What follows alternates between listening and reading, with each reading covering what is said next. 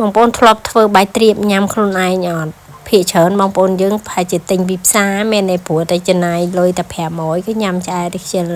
ប៉ុន្តែពេលខ្លះទៅយើងចង់សាកល្បងធ្វើញ៉ាំខ្លួនឯងថ្ងៃហ្នឹងនេះខ្ញុំធ្វើបាយទ្រាបញ៉ាំខ្លួនឯងបងប្អូនហើយយើងធ្វើរសជាតិអំពីខ្នោបាយទ្រាបរសជាតិខ្នោមានអីរសជាតិវាឆ្ងាញ់តែយើងធ្វើញ៉ាំខ្លួនឯងអញ្ចឹងយើងដាក់រៀងសាបអញ្ចឹងអត់សូវផ្អែមខ្លាំងវាអត់សូវតលាន់ខ្លាំងហើយនេះសលេងមកបែបផ្ដាសាយហើយបងប្អូនអើយចាអញ្ចឹងមុនបានបាយទ្រាបវិញយើងត្រូវយកអង្ករទៅលាងឲ្យបានស្អាតត្រាំវាហើយតមកយើងលីងល្ងទុកឲ្យហើយមកបងប្អូនចាពេលលីងល្ងរួចរាល់ហើយគឺយើងចាប់ដើមយកបាយមកដាំបងប្អូនអាចយកទៅចំហុយបានតែចំហុយយើងប្រើពេលវេលារៀងយូរអញ្ចឹងនេះខ្ញុំបញ្ញាប់អញ្ចឹងដាំអញ្ចឹងណាតមកនេះខ្ញុំមកហាន់ខ្នោ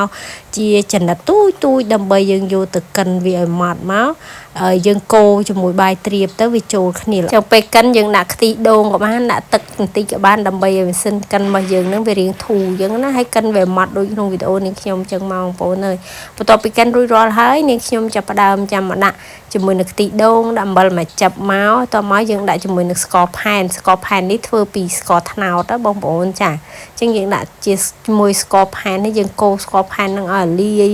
ចូលគ្នាជាមួយនឹងខ្ទិះដូងយើងរួចរាល់ហើយយើងចាប់ផ្ដើមយកជាមួយនឹងផ្លែខ្នោដែលយើងបានកិនមិញមកដាក់មកគឺយើងកូរវារហូតដល់ដាច់ទឹកណាបងប្អូនចាអញ្ចឹងវារៀងច្រើនណាផ្លែខ្នោហ្នឹងអញ្ចឹងយើងកូរតិចម្ដងនឹងយូររៀងខាទឹកអស់អញ្ចឹងមកចាំយកបាយតាណាប់ដែលយើងបានដាំឆ្អិនបងប្អូនដាំបាយតាណាប់បែបណាឲ្យវារៀងស្រួយតិចមកបងប្អូនបើសិនជាយើងដាំអត់ស្រួយទេពេលយើងយកមកកូរជា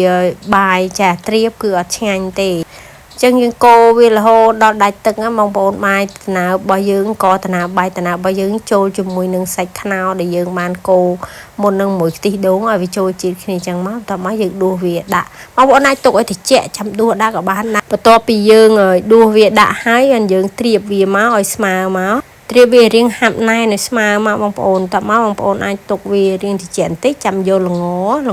ដែលយើងបានលីងបាញ់មិញមករកនិយាយទៅដាក់ល្ងដាក់អីទៀតទៅវារៀងឈ្ងុយឆ្ងាញ់បងប្អូនចាបន្ទាប់មកយើងយកវាទុកឲ្យត្រជាក់បងប្អូនអាចយកដាក់ក្នុងទូទៅវាឆាប់ត្រជាក់ក៏បានបងប្អូនអត់ដាក់ក៏បានដាក់ស្តឹងតាវបានដែរអញ្ចឹងពេលវាត្រជាក់គឺវាឡើងហាប់ណែនអញ្ចឹងណាបងប្អូនកាត់និយាយទៅសម្រាប់ការកាត់អាស្រ័យលើបងប្អូនចង់កាត់ដុំធំក៏បានជ្រុងក៏បានប្រឆិតក៏បានដែរនេះខ្ញុំឲ្យហ្នឹងនេះខ្ញុំកាត់វារៀងប្រឆិតអញ្ចឹងណាវាជាសិល្បៈមួយដែរមើលទៅឃើញតំណងស្អាតអីចឹងអញ្ចឹងពេលកាត់រួចរាល់ហើយគឺយើងចាប់ផ្ដើមកាត់ដួសវាឆ្កឹះវាយកមកដាក់ចានមកបងប្អូននិយាយទៅបាយទ្រាបมันពិបាកធ្វើទេប៉ុន្តែបើសិនជាយើងដាំបាយជ្រាយខាងពេកគឺធ្វើអត់កើតទេបងប្អូនញ៉ាំទៅវាអត់